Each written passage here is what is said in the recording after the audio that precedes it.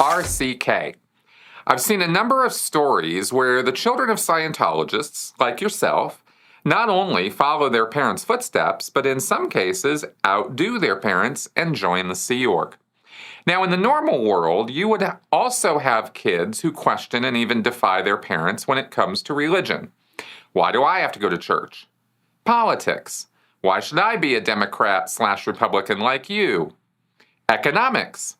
I think socialism is better than capitalism, etc. In the normal world, such reactions are seen as growing pains, and parents hope their kids will come around. In the world of Scientology, if an adult would voice doubts about Scientology, he or she would face disconnection. What happens to a non-Sea Org teen who would dare question his or her parents' belief in Scientology? Well, I think you're actually going to get the same range or spectrum of actions and reactions that you would get in the normal world because, let's face it, not all parents deal rationally and calmly with their children when they question their religion or their politics or their economics. Parents can get quite upset about this. They can punish their children. They can physically discipline them, mentally, psychologically discipline them in an effort to try to get them to change their mind and comply with what how the parents see the world. This happens all over the United States, happens all over the world, right? Parents are trying to instill values in their children, and sometimes their children are quote-unquote disappointments to them because they engage in the awful crime of independent thinking and don't want to do what their parents want, don't want to believe what their parents believe, don't want to think what their parents think. And this can be very, some parents have a real problem with that and they get pretty irate. And this causes families to even break apart all the time. It's really no different in Scientology, except that it's amped up even more because you are dealing with a cult situation. And by that, of course, we mean an extremism of belief. These groups foster and indoctrinate and create that extremism. It's not an accident. So parents of, Scientology parents tend to be pretty hardcore about their beliefs. You will always find exceptions to this, though. And not all Scientology parents will force Scientology on their kids, but a lot of them will, and they'll push pretty hard. And they will also make a lot of unwarranted and undue, not just demands, but insinuations, or they will say things about their kids, like my kid's a past life Scientologist. I just know, right? Or, you were around before, or, they start laying some Scientology cosmology on the kid. My dad hinted at this a little bit when I was growing up about how there were implant stations on Mars and there was, things going on in the big wide, galaxy that I couldn't really know a whole lot about. He would sort of tease me with it, not in a playful teasing way, but he would sort of drop these little truth bombs, quote unquote. And I'd be like, what is that all about? He never mentioned Xenu, never even hinted at body thetans or any of that kind of stuff, because he would always say, well, I can't tell you too much more because you're going to get sick, and I'd be like, "Urgh." And I guess the answer is I need to go get more Scientology auditing or something. Okay.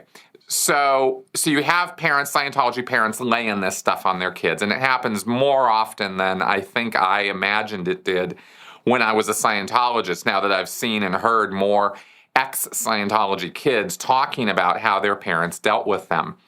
I've done some interviews on the show here, specifically Tim and Sylvia DeWall, about how they raised their kid, ended up sending their daughter Larissa off to Scientology disciplinary camp and school and various private schools and institutions and setups that they have to try to deal with troublesome or difficult children. That, I think, I don't even know if they're still doing that now. They might still be running those schools, but that's something Scientology parents have done, is literally ship their kid off to, this sort of desert boarding school sort of thing where they're going to get raked over the coals for, a while, sometimes years. So that happens. In my family, my mom just had a fairly, not stern, but kind of serious talk with me about it when I raised doubts with her. I said, you guys seem to be spending a lot of money on this, and I don't really agree. It seems kind of like it's a crutch for you guys, I said to her. And she, kind of reacted a little bit like, well, okay. But then she, I think I was 14 or 15 at the time. This was just about within a year of me actually getting involved in Scientology myself. But she said to me, look, you've never wanted for anything as a kid. Sure, we haven't had an affluent, opulent, existence. We don't live in the biggest house. We don't drive all the fanciest cars, but you've got food on the table every day. You've got clothes on your back. You're going to school. Everything's fine in your life.